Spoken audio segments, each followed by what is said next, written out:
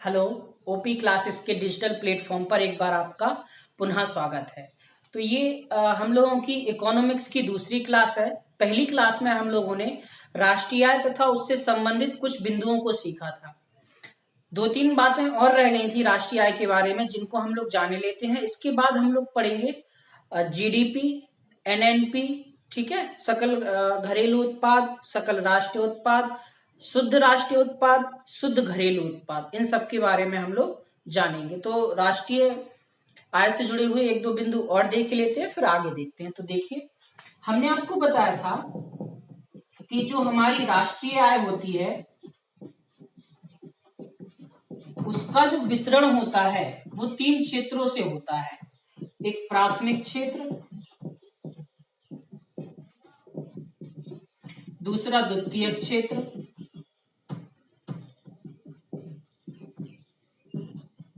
और तीसरा तृतीयक क्षेत्र। ठीक है, तो ये पूछ लिया जाता है कि राष्ट्रीय आय में सर्वाधिक योगदान किस क्षेत्र का होता है। तो सर्वाधिक योगदान होता है इसका 53%, 53%।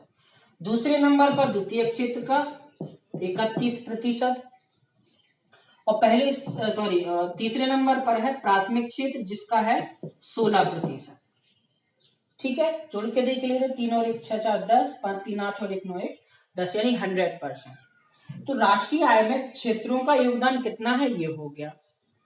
अब हम आगे देखते हैं कि राष्ट्रीय आय का आधार वर्ष कितना है, बेस ईयर, यानी किस आधार वर्ष के अनुसार हम लोग राष्ट्रीय आय की गणना करते हैं। तो आधार वर्ष पहले का, यानी पहले किस आधार वर्ष पर हम गणना करते थे, 2015 के पहले जो आधार वर्ष था वो 2004-05 था। वर्तमान में आधार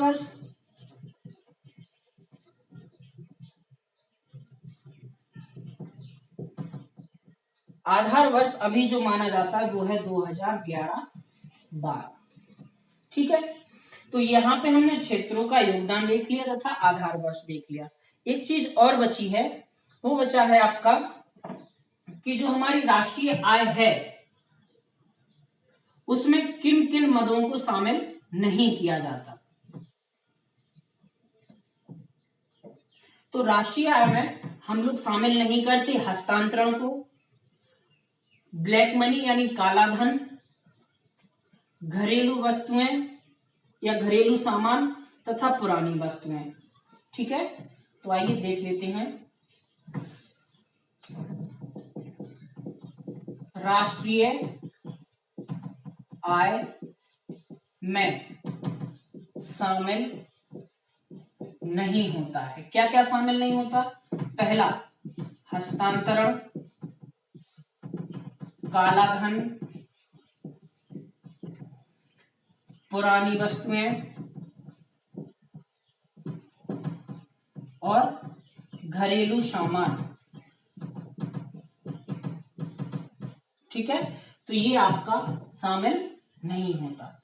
अच्छा, ये सब चीजें तो हम लोग जानते हैं। ये देख लिया हस्तांतरण क्या होता है। हस्तांतरण का मतलब है वजीफा,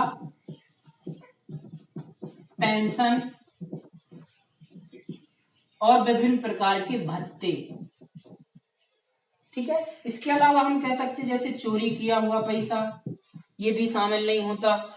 जुआ वगैरह ये भी शामिल नहीं होता इसमें। ठीक है, सट्टेबाजी वगैरह, तो ये राष्ट्रीय आय में शामिल नहीं होते। ठीक, अब आगे हम देखते राष्ट्रीय आय हुई या फिर प्रति व्यक्ति आय हुई या सकल घरेलू उत्पाद हुए, सकल राष्ट्रीय उत्पाद हुए, शुद्ध घरेलू उत्पाद और शुद्ध राष्ट्रीय उत्पाद, ये सभी चीजें दो तरीके से काउंट होती हैं।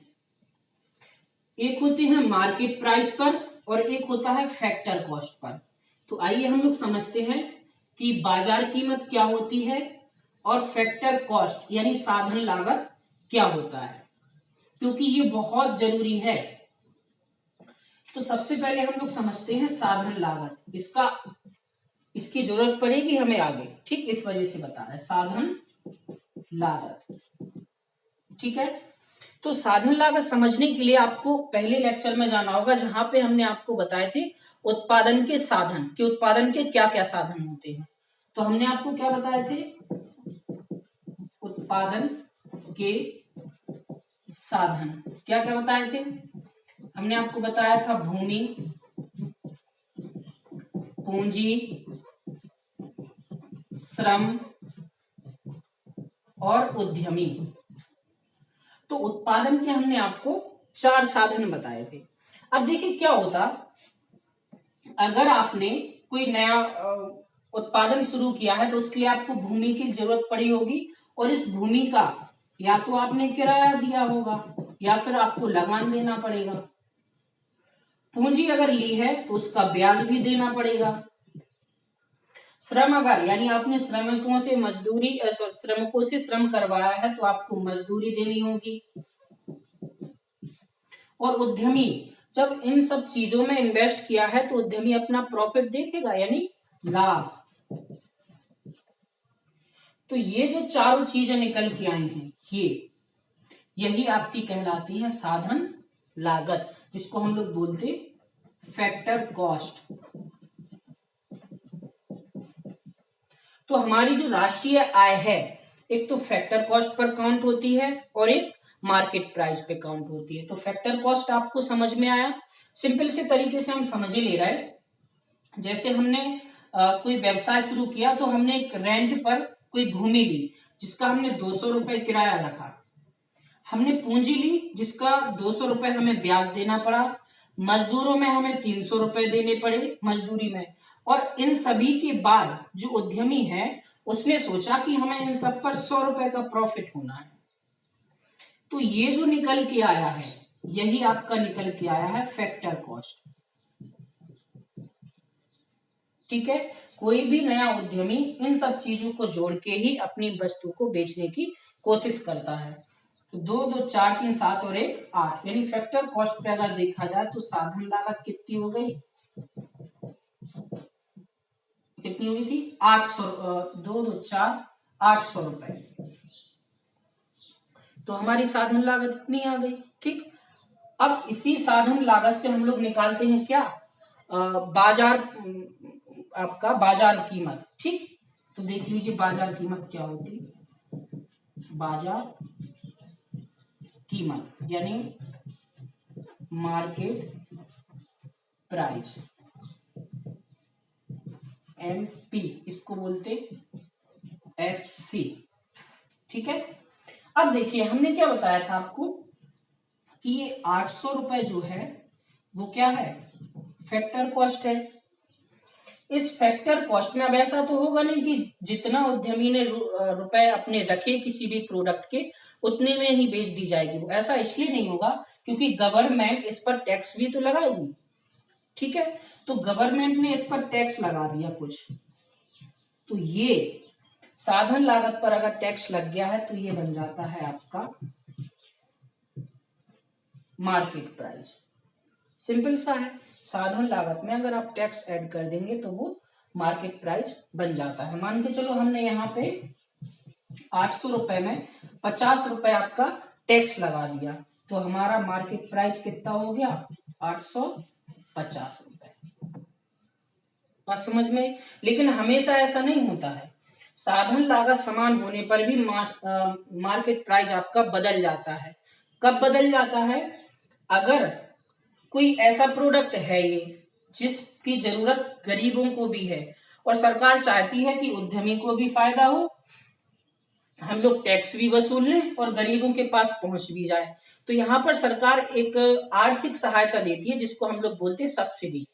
तो वो लोग करेंगे क्या, ये 800 रुपए में टैक्स जो 50 रुपए ले रहे थे वो 25 रुपए की सब्सिडी देकर ये टैक्स कितना कर देंगे 25, और यहां ऐसा करो ये 50 रुपए पूरा समझ में आ जाएगा, ये हो गया आपका फैक्टर कॉस्ट, ये हो गया आपका टैक्स, और इसमें से इन्होंने सब्सिडी घटा दी, तो हमारा मार्केट प्राइस कितना हुआ 825 रुपए। तो बात समझ में आई। मार्केट प्राइस समान साधन लागत पर अलग अलग भी हो सकता है, वो डिपेंड करता है कि टैक्स किस प्रकार से इंक्लूड किया गया है। तो आप लोगों को साधन लागत और बाजार कीमत समझ में आई। ये बहुत इंपॉर्टेंट है क्योंकि हमारा नेशनल इनकम है, इन दोनों पर काउंट होता है और अलग अलग होते हैं। ठीक है, चलिए अब इन दोनों की हमें आगे जरूरत पड़ेगी। अब हम आगे देखते हैं सकल घरेलू उत्पाद। ठीक है, ये आ गया समझ में। चलिए आगे देखते हैं सकल घरेलू उत्पाद यानी ग्रॉस डोमेस्टिक प्रोडक्ट।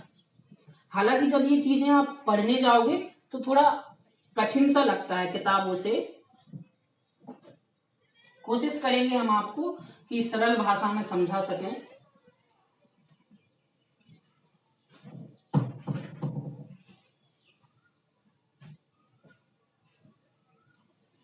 चलिए भाई, सकल घरेलू उत्पाद की पहले हम लोग परिभाषा लिखते हैं और उस परिभाषा में आए हुए बिंदुओं को समझने का प्रयास करते हैं। तो सकल घरेलू उत्पाद, ठीक है, इसको बोलते हैं हम लोग ग्रॉस डोमेस्टिक प्रोडक्ट। ठीक है, यानी जीडीपी। ठीक है, तो पहले हम इसकी परिभाषा लिखते हैं। तो लिखते हैं किसी लेखांकन वर्ष में किसी देश की, किसी लेखांकन वर्ष में किसी देश की घरेलू सीमा में उसके निवासियों द्वारा अर्जित कुल मौद्रिक मूल्य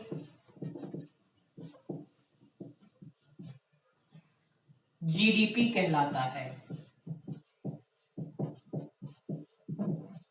ठीक है, तो ये इसकी परिभाषा थी। अब इस परिभाषा में आए हुए कुछ शब्दों को हम लोग समझते हैं।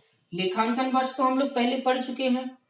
हम लोगों को देखना है घरेलू सीमा और उसके निवासी, इसी से आपको ये जीडीपी समझ में आएगा। ठीक, तो देखिए घरेलू सीमा क्या होती, इससे समझने का प्रयास करेंगे हम लोग।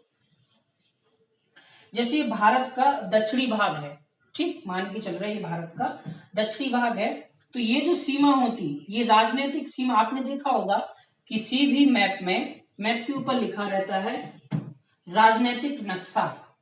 ठीक है, पॉलिटिकल मैप, तो ये तो हो गई इसकी सीमा।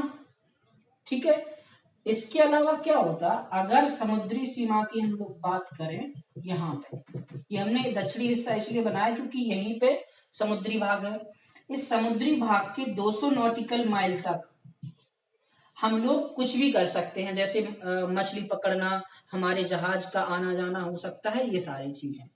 और ऊपर वाला हिस्सा तो है ही अलग। तो घरेलू सीमा का मतलब ये है कि ये जो सीमा होती है हमारी भूमि सीमा के बाहर, जो 200 नॉटिकल मील भी होता है, इसके अंदर जितने भी निवासी रह रहे हैं, चाहे वो भारतीय हो चाहे वो विदेशी हो, ठीक है, जितने भी निवासी रह रहे हो उसके द्वारा, उन सभी के द्वारा उत्पादित कुल मौद्रिक मूल्य ही हमारा क्या कहलाता है, जीडीपी। ठीक है, निवासियों का मतलब ये है कि चाहे वो कहीं के भी हो, भारत में रह रहे हो, जब भारत में रह रहे हैं तो कुछ प्रोडक्शन तो करेंगे ही, कुछ इनकम तो करेंगे ही, तो वो सारी चीजों को जब हम ऐड कर देते तो हमें मिलता है सकल घरेलू उत्पाद। तो ये समझ में आया आपको? ठीक है, अच्छा, ये सकल घरेलू उत्पाद भी दो हिसाब से काउंट होता है, एक तो मार्केट प्राइस पर और एक factor cost per. Market price पर सकल घरेलू उत्पाद ज्यादा होगा, फैक्टर कॉस्ट पर कम होगा, ये हमेशा रहता है। तो आपको सकल घरेलू उत्पाद समझ में आया? ठीक, आइए हम देखते हैं सकल राष्ट्रीय उत्पाद।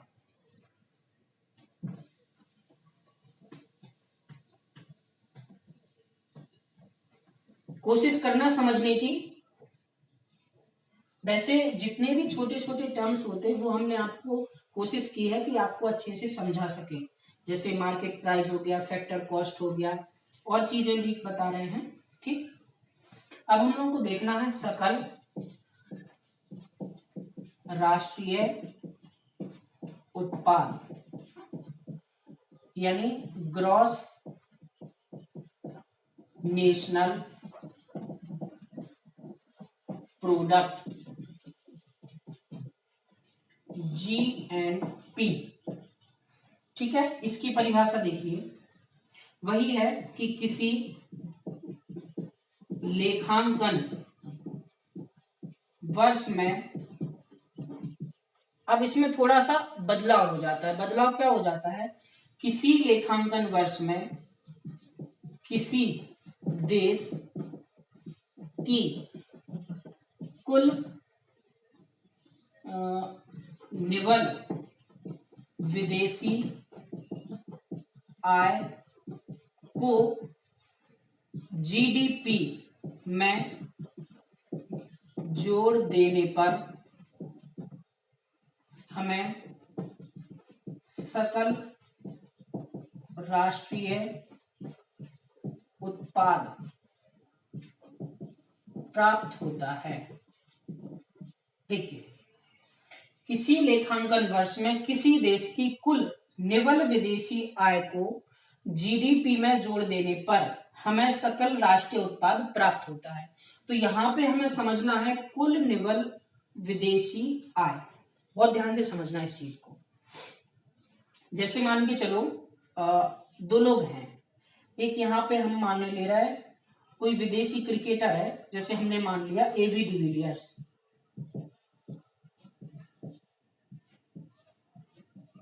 ठीक है, कहां पर, भारत में, और हमने यहां मान लिया विराट कोहली। ये कहां पर गए, मान के चलो दक्षिण अफ्रीका गए।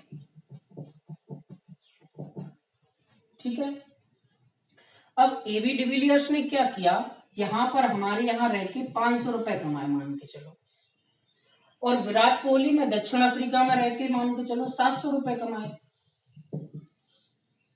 तो ऐसी कंडीशन में क्या होता है, जितने विदेशी लोग अपने यहाँ कमाई कर रहे हैं और जितने भारतीय लोग विदेशी में कमाई कर रहे हैं, उन दोनों का अंतर किया जाता है, और उन दोनों का अंतर ही क्या कहलाता है, निवल विदेशी आय।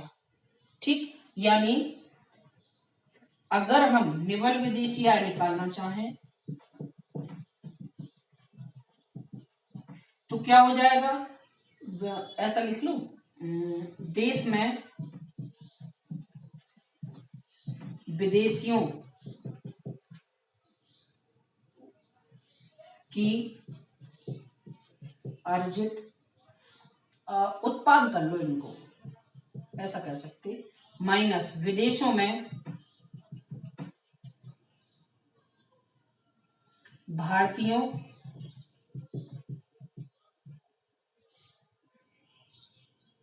का उत्पाद। ठीक है, कैसे, यहाँ पे विराट कोहली 700 कमा रहे थे और ये 500 कमा रहा है, यानी निवल विदेशी आय कितनी हो गई, 200।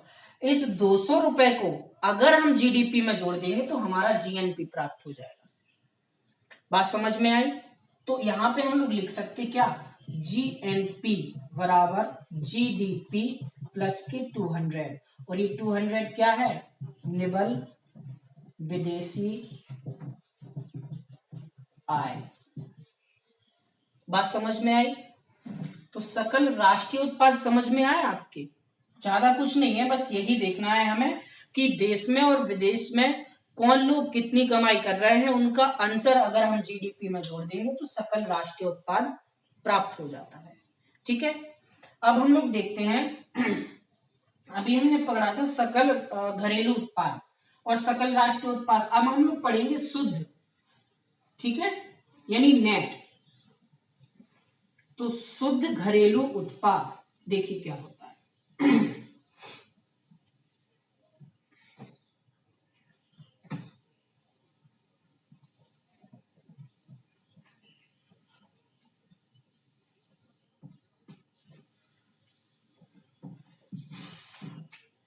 हम लोग को देखना है शुद्ध घरेलू उत्पाद, यानी NDP, नेट डोमेस्टिक प्रोडक्ट। ये और ज्यादा सरल होता है अगर समझने का प्रयास करें। इसमें आपको कुछ नहीं करना, परिभाषा तो बहुत टिपिकल टाइप की होती है इसकी, आपको सीधे तरीके से याद रखना है कि यदि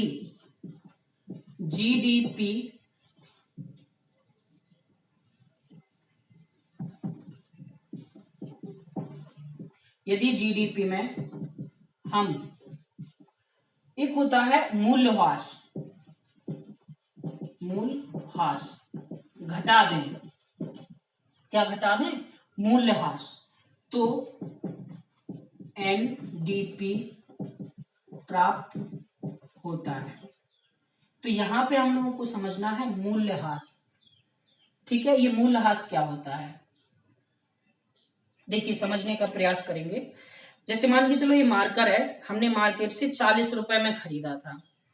अब क्या हुआ, हमने इसका 2-3 महीने यूज कर लिया और हम चाहते कि अब ये किसी और दूसरे के काम आए, या हम बेचना चाहते इसको। 40 रुपए का खरीदा था, 2 महीने इस्तेमाल करने के बाद क्या ये 40 का बेचा जा सकता है? नहीं, इसके मूल्य में कमी आ जाएगी। देखिए मार्कर ज्यों के त्यों है, आप उसमें स्याही भी फिल कर सकते हैं तो सब कुछ पहले जैसा हो जाएगा, लेकिन फिर भी इसकी कीमत कम हो जाएगी और यही कहलाता है हमारा मूल्यह्रास। ठीक है, तो आपको कुछ नहीं करना है। एनडीपी कब प्राप्त होगा? जब जीडीपी में से हम लोग मूल्यह्रास घटा देंगे। बात समझ में आई? ठीक है, डिप्रीशिएशन बोलते हैं इसको। तो एनडीपी में से जीडीपी, सॉरी एनडीपी बराबर क्या हो जाएगा? जीडीपी माइनस मूल्यह्रास। इतना ही आपको याद रखना है। ये इक्वेशन फर्स्ट मान लो, क्योंकि इनसे एक फॉर्मूला निकल के आएगा जो कई बार पूछा गया। यहीं पे हम लोग पढ़ ले रहे शुद्ध राष्ट्रीय उत्पाद, यानी NNP, नेट नेशनल प्रोडक्ट। ठीक, उसमें भी क्या होता है, यदि हम GNP यानी ग्रॉस नेशनल प्रोडक्ट में से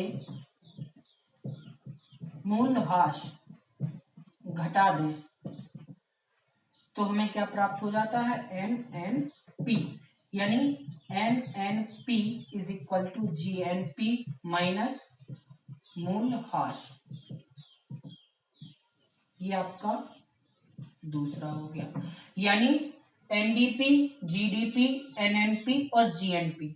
अगर इन चारों में हम लोग रिलेशन निकालना चाहें तो रिलेशन कैसे निकाल सकते? दोनों में समान दोनों में समान क्या है? मूल्यह्रास। तो पहली इक्वेशन से हम क्या निकाल सकते? मूल्यह्रास बराबर एनडीपी ये हो जाएगा आपका, सॉरी, जीडीपी माइनस एनडीपी। दूसरी इक्वेशन से यहां से लिख लो, फर्स्ट से, सेकंड से क्या हो जाएगा? मूल्यह्रास बराबर, सेकंड से मूल्यह्रास बराबर हो जाएगा आपका जीएनपी माइनस एनएनपी। इन दोनों को बराबर कर दो, बराबर करने पर क्या हो जाएगा? GDP minus NDP is equal to GNP minus NNP. Minus चिन्ह को हटाने के लिए एक काम करते हैं हम, यहाँ पे GDP plus NNP is equal to GNP plus NDP. और ये फॉर्मूला कई बार पूछा गया है कि सकल घरेलू उत्पाद, सकल राष्ट्रीय उत्पाद, शुद्ध घरेलू उत्पाद और शुद्ध राष्ट्रीय उत्पाद में क्या संबंध है। ठीक है, तो ये आपका ये वाला रिलेशन निकल के आ गया। ठीक, तो ये हमने चारों चीजें पढ़ ली। अब हमें बस अंतिम देखना है, वो है प्रति व्यक्ति आय, पर कैपिटा इनकम। ठीक, तो वो कुछ नहीं है, देख लीजिए क्या ये हो गया। ठीक, आगे देखते हैं।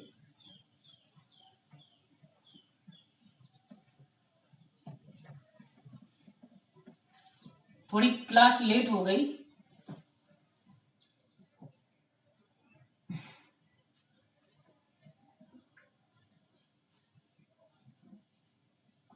प्रति व्यक्ति आय कुछ नहीं है, ये केवल औसत है,